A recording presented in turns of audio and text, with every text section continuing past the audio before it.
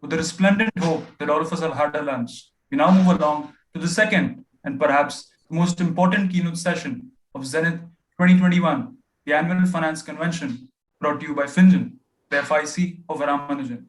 Before we move along, I'd like to express my heartfelt gratitude to all the universal forces that have conspired in allowing us to be healthy, safe, and giving us this chance of interacting on the virtual conference. It's certainly a blessing when I look at all my fellow beings who've been beleaguered by the pandemic. It's certainly the worst challenge that mankind has ever faced in history. Speaking of history, we have amongst ourselves a man who's had the capability of rewriting India's history, a man, more precisely so, India's political history, a man who's always in the limelight for being unapologetic with his views and extremely idyllic with his targets, a man who knows how to graciously take a stand and defend it till his last breath.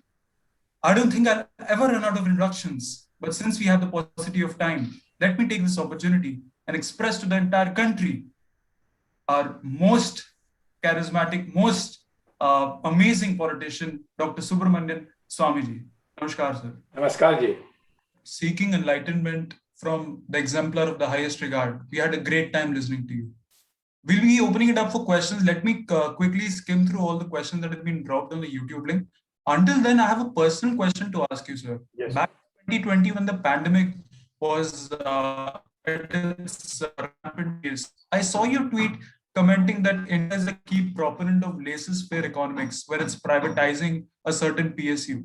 And right now, when you were speaking your speech, you were referring to what is the certain limit to which we can have our fiscal deficit go up to. So there is this, you see, sir, there is this amalgamation of two different ideologies, two different approaches, Keynesian approach and laissez-faire approach. Do you think India needs to have a more clear ideology when it, rolls out its policies, sir?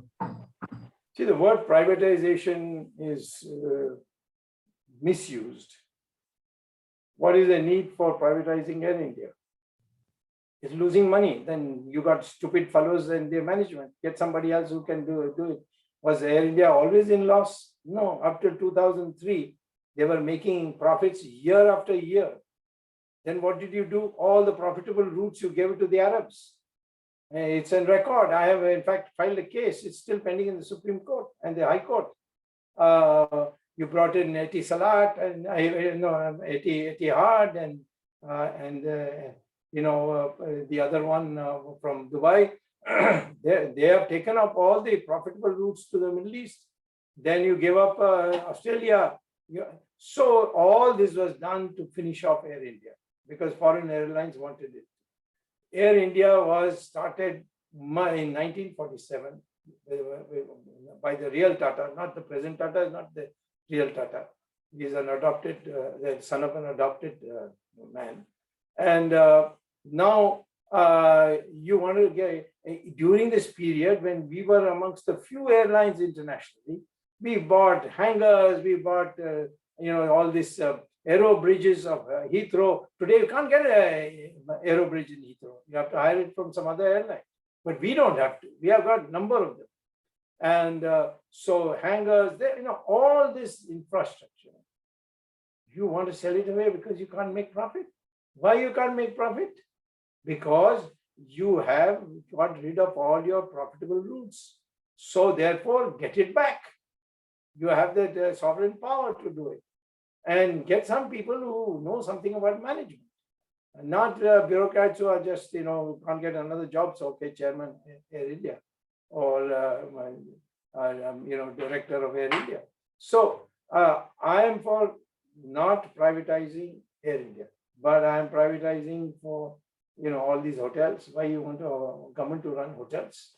Maybe you can run one because you want to have your spies and you want to implicate somebody and so on. So, okay, one hotel you can keep, but otherwise get rid of it. Most things need not be in the hands of government. Government should be only for governance, which means a minimum. But airline you need, because tomorrow you want to fly RAW people to Middle East. You can't fly it by Etihad or Emirates. You will be identified. Here you go with false passport, you go with false IDs.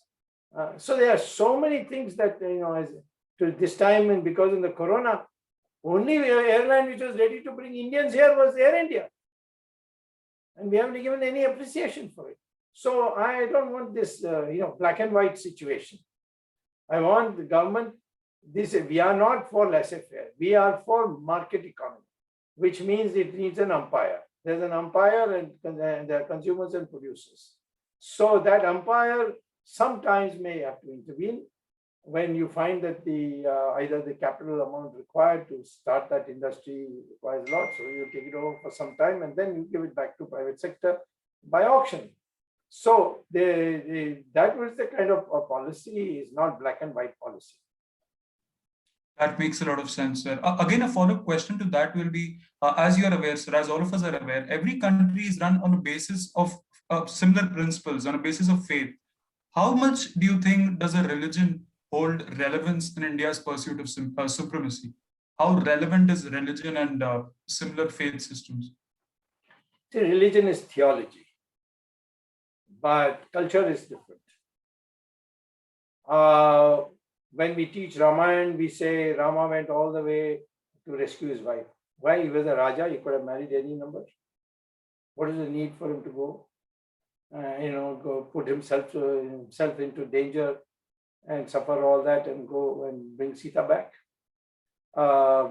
Then we have the case of Mahabharata, where a woman was disrobed in open things.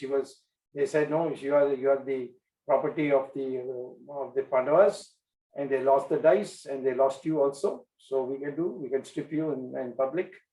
And for that one thing, we went to Mahabharata. How many people? 100 sons of Kauravas were killed. And they lost everything. After Duryodhana said, I won't even give, when Krishna said, give 5 villages, 1 for each Pandava. Duryodhana said, nothing doing, not even the tip of a needle. And he lost his life, he lost all his kingdom, and he lost Hastinapur, Indraprastha, everything he went to. So why did we give this importance to women? Why we say when all the men couldn't fight the Asuras, you had to go and beg Durga to take this Rupa of Kali and kill. You mean no man was able, no male god was ready, he was in a position to fight these Asuras? Yes, woman is called Shakti. Now these are part of our culture, it's not part of our religion. Religion means all religions lead to God, that is Hindu religion. 2, your karmas are the determination of your future. If you do not suffer all your bad karmas in this life, you will be born again and you will continue to suffer the remaining. So these are ideas which, in fact, the best place to read what is culture is Bhagavad Gita. There is no mention of God will do this, God will do that. If you read other religions' texts, you will find do this or God will take his wrath on you. There is no wrath in our it's only karma. So I say in my country, I place faith much more on culture. And the advantage is that all these minority cultures, their DNA is the same as mine, which means their ancestors are the same. So you go to masjid, you go to church, but when it comes to culture, how you treat women, how you treat your parents, how you treat your brothers and sisters, how do you treat your commitments, all these are cultural events, and that we must have the same. And you can't, just because you follow one religion which was not born in India, you must dress like those people abroad. I can't say anything to them because even Indians are dressing like Europeans. Even now, I see some ministers, I catch them in the parliament and say, hey, are you looking for a waiter's job? Because you look like a waiter, you don't look like a minister. So therefore, we have to slowly come and become truly Bharatiya. And that has got nothing to do with religion. Religion is a theology. And if you want to debate about theologies, you read what Adi Shankara wrote. It'll take you at least 20 years to understand what he has written. And then you can debate. But otherwise, what we want is a culture for our people. We will have variations in various parts of India. We are naive students after all, sir, and the kind of questions we were asking were limited in the expertise. if there's one question that we would like to summarize the discussion with, apologies for the disturbance, sir, there are a lot of people around. If there's one question that I'd like to summarize the discussion with, you see, sir, like you mentioned that we are running out of brains, not out of resources. So, sir, how can we actually institutionalize entry into politics? You see, a lot of youngsters are inspired by Dr. Swamiji to become a politician, as charming as you are. How can we institutionalize good brains coming into politics, sir? Well, see, politics is a place where you shouldn't have aspirations because you have to follow the Gita. If your prarabdha is to become a minister, you become minister. If your prarabdha is to become a prime minister, you become prime minister. Never strive for that. Strive for good ideas and propagating that. That was the original idea. In fact, the most powerful people in our society were the Brahmins. I mean, I'm not talking about birth-born Brahmins. I'm talking about Jnani and Tyagi. Mahatma Gandhi could be called a Brahmin because he was both a Jnani and a Tyagi. Whether you liked his Jnana or not is another matter, but he was a Jnani and he was a Tyagi. Only these Bhogi types can't be Brahmins. And so what was our system? The king used to go and bow before the man who was dressed in one Bhagwa Kapda in a hut. And he asked him for advice. If he gave the advice, you have to follow it. So this division of power that was there between those who are Jnanis and those who are Kshatriyas, who are Vaishyas, you had money, you didn't become number one in the society. But if you gave huge amount of philanthropy, then you became a Jnani, you became a Tyagi. So, but there are many societies like America where money is everything. You got money, you are on the top of the society. So recognize our value system. And I think, the question you asked is a tough one because it will take a long time for me to give you the details. But broadly speaking, you can want to come to politics, then you must have a wife who is tolerant of you in being politics. And politics is all up and down. And, people have got so used to this steady rise, in companies and government jobs. And or if you are a woman and you want to come, your husband should be on your side, like in the case of Margaret Thatcher. So therefore, your parents, everybody should be in, because it's an insecure, because we have been put into our mind, security is everything, secure job, you see. But life is only enjoyable if there is risk. I've been through hell.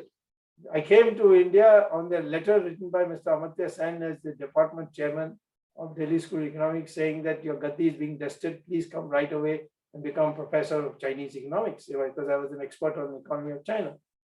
The day I arrived, the Congress had split and the communists had become part of the government. Mr. Amartya Sen completely changed.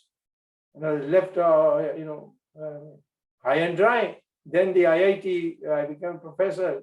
Mrs. Gandhi came to know, and all these people conspired, threw me out of a job. I couldn't get a job anywhere in India. I could have gone back. But I said, no, I will not go back. And after 2 years of suffering, I suddenly became member of parliament.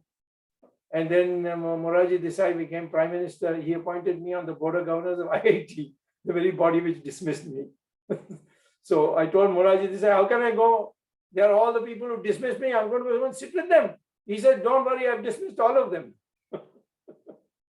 So, I mean, life goes up and down, but you must enjoy it both. And then you can do politics.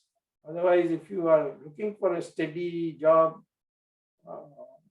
by pleasing somebody, then you will not enjoy politics. I'm certainly enthused by how you laid out everything, sir. I'm certainly enthused by your charm at which you were speaking everything. Now moving towards the end of the session, I'd like to thank you to take out time of your busy schedule and give us this opportunity to host you. It was not a privilege. It was more of a fortune, a blessing to interact with you. And like you say, all the students concur with your vision that what is the importance of living unless you risk something in it. That is the biggest takeaway of today's session. And with that, we thank you so much, sir. Namaskar for joining us. Thank you, sir. Thank you.